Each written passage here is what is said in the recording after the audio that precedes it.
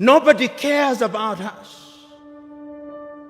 And brothers and sisters, if you want to know how weak we are, and we are weak, look at how we are treated.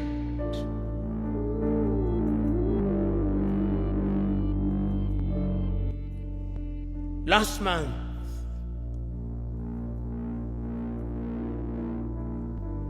the world met in New York, the General Assembly. When African heads of states and government are speaking, the hall is empty. Nobody bothers because they are saying nothing. Even if they are saying something, it is something that can be ignored. Compare when an African head of state and government is speaking and when the Prime Minister of Little Israel is speaking. They will listen because we are weak and disunited.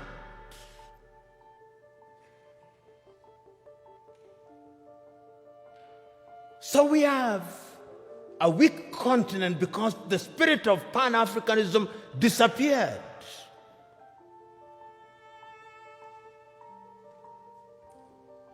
So the question that we can ask, what is the state of Pan-Africanism as we speak today?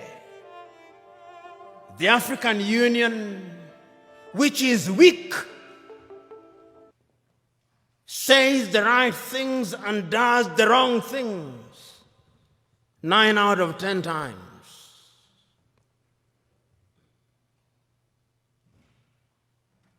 And what are the critical areas in which we are weak? We are weak politically because nobody listens to us. We are not trading with one another. Intra-African trade is not anything beyond 15%, the lowest anywhere in the world. If you look at all our sectors and look at them, look at our agriculture, almost all African countries are net food importers.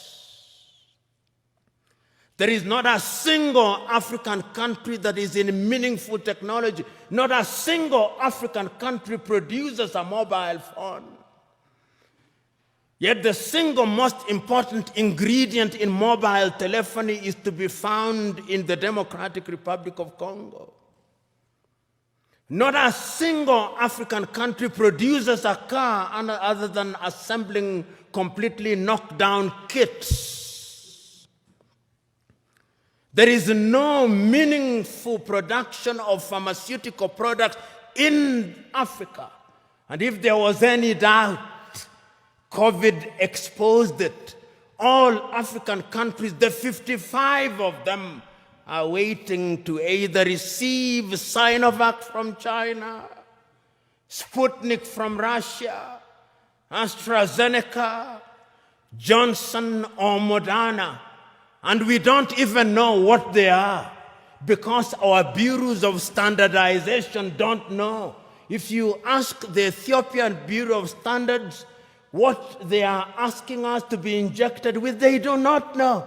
They just believe it is a vaccine because the Americans have said so or because the Chinese have said so. Africa is weak. So that even this magnificent edifice, I suspect, has not been erected by Ethiopian engineers.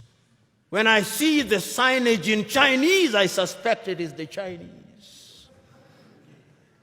That is how weak we are. That is the reality of our mother continent. It is because we are politically weak, we are economically weak, socially we are disorganized, culturally and spiritually we are confused. That is the continent in which we are today. We unite or we perish. that as I travel along across the world, people do not care about our Tanzanianness or our Ghanaianness or our Kenyanness or our Ethiopianness. In their eyes, we are all Africans. And perhaps that is what we should use as the building block in order to talk about African unity. But we are not being naive about that unity. Because sometimes when we talk about Pan-Africanism and about African unity, people think we are being too simplistic about it. No, it is not being simplistic and being naive. It is recognizing that as long as we remain the way we are, then Africa in the next 25 years will be recolonized. Did you like or hate what you heard?